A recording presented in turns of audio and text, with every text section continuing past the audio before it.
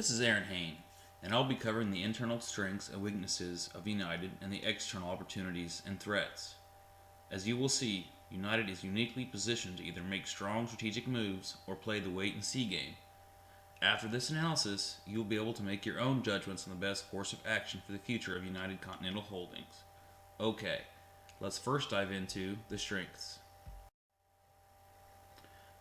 Major strength that United has is they belong to the Star Alliance and have other worldwide partners as well. First off, a code share agreement is an aviation business agreement where two or more airlines share the same flight.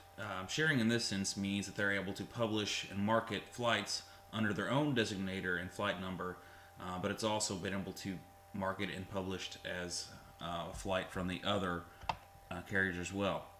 So code share flights of the Star Alliance airlines are consistent. Unfortunately, this cooperation led to suspicions by the European Union that there was going to be a virtual merger, and that speculation did exist that if government regulations were more relaxed, that it was possible that these could all merge into one corporation. While this may seem far-fetched and out there, it was a legitimate concern of the EU at the time. With the Star Alliance network, they're able to travel all over the world due to the code sharing between Austin and Zanzibar and all over the place. And their members earn points and are able to use them across everybody in the alliance as well. The partners don't have the same benefit of being able to market as the members of the Star Alliance do, but they are able to accrue and use their travel points across the airlines that are considered partners. The next strength that we're going to dive into is the leadership at United Continental. And they recently appointed Oscar Munoz to the President and CEO position after the merger. And this was a bit of a controversy, as Oscar had not been a CEO for an airline previously, although he has been on the board of directors at United since 2004. Now at CSX Corporation, which is a premier freight transportation company, he transformed it into an industry leader, customer focus, reliability, and financial performance.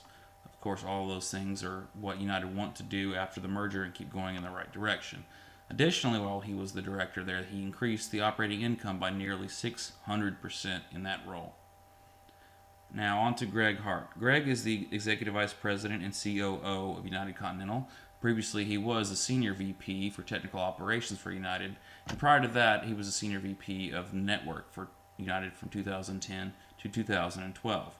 He also worked as a president of network strategy as well from 2008 to 2010. And he's held other various leadership positions since he joined Continental in 1997.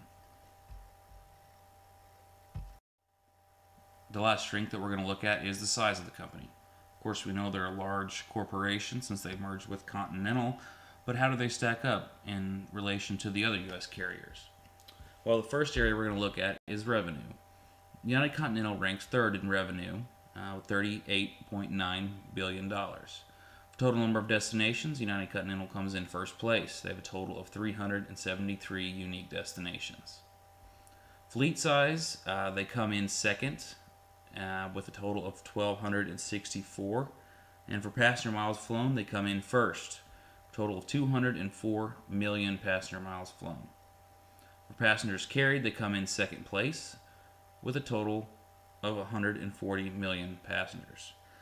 Now, all of these, they're in the very top. Of course, this is not where they want to be. They want to be number one in every one of those respective categories, but they're doing a good job, and I think some of the things they're putting in place are going to get them there in the other categories as well. Now on to the weaknesses. I touched on service being an issue earlier and something that Oscar was coming in to focus on, and we'll get to see a short video from him coming up next. First, they did have an absence of Oscar. He was out due to an extended medical leave that was longer than they expected, and there were some suffering and some issues with the merger that kind of fell through. And unfortunately, it led them to begin to trail Delta and American Airlines in the service area. He's back and he's refocusing, and hopefully his actions will have a positive impact on that. As part of his rollout of improvement is the rollout of UnitedAirtime.com, and again, Oscar's going to speak to that on the next slide. Hi, I'm Oscar Munoz, and I'm the new CEO of United. And that means I work for you. So let's be honest, The implementation of the United and Continental merger has been rocky for customers and employees, and while it's been improving recently, we still haven't lived up to our promise or our potential. That's going to change. After joining the team, an employee told me United could be the best airline in the world if we just turn lip service into action. I couldn't agree more, and that's the purpose of this site. I want to hear from our passengers and employees, your best ideas and your toughest questions. I'll answer them right here. Now, most importantly, I promise to report back on how those ideas are being turned into actions. I've already received thousands of emails. I've sat with passengers and met with hundreds of employees. You're certainly not shy about sharing your advice. But you know what? That tells me you still care, and that's a great place to start. I look forward to hearing from you. Thank you. While this effort and sentiment is certainly appreciated and seems genuinely sincere, only time will tell if UnitedAirtime.com and the direction of Oscar Munoz will have the desired effect. The next weakness we will look at is the aging fleet at United Continental. The average age of their fleet is 13.6 years. Now, where does this stack up with the competition? Well, Delta comes in with 17.1, so of course they're a bit worse than United Continental. American, however, comes in with an average age of 11.2 years.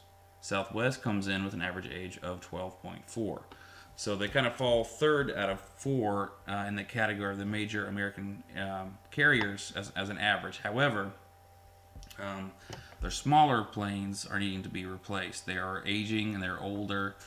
And this will be a significant investment to replace these, but it is mandatory if United wants to remain competitive. Passengers not as dedicated to United due to its lower level of service and satisfaction as of late, and United needs to be mindful of this, and they need to exploit all possible advantages if they hope to be a leader in the industry. Next, we're on to opportunities. United benefits from a wide array of joint ventures and shared service routes. One of the most prominent shared service routes is with China Eastern Airlines, which has recently launched a new direct service between Beijing and Chicago, which of course is a major hub for United. Should United capitalize on this great opportunity, they have a strong chance to dominate in the industry. These type of alliances are going to be key to the future of all airlines in the ever-shrinking environment of mergers and acquisitions that have been so prevalent over the past few decades. And to get a good taste of that, this graphic on screen now depicts all of the mergers that have taken place in the past 15, 16 years. You see all those companies on the left side, and now we're down to only 4 major airlines in the U.S. The next opportunity we look into is vertical integration. Delta did it. Can United? Delta started out this investment was about $250 million in this refinery that they bought.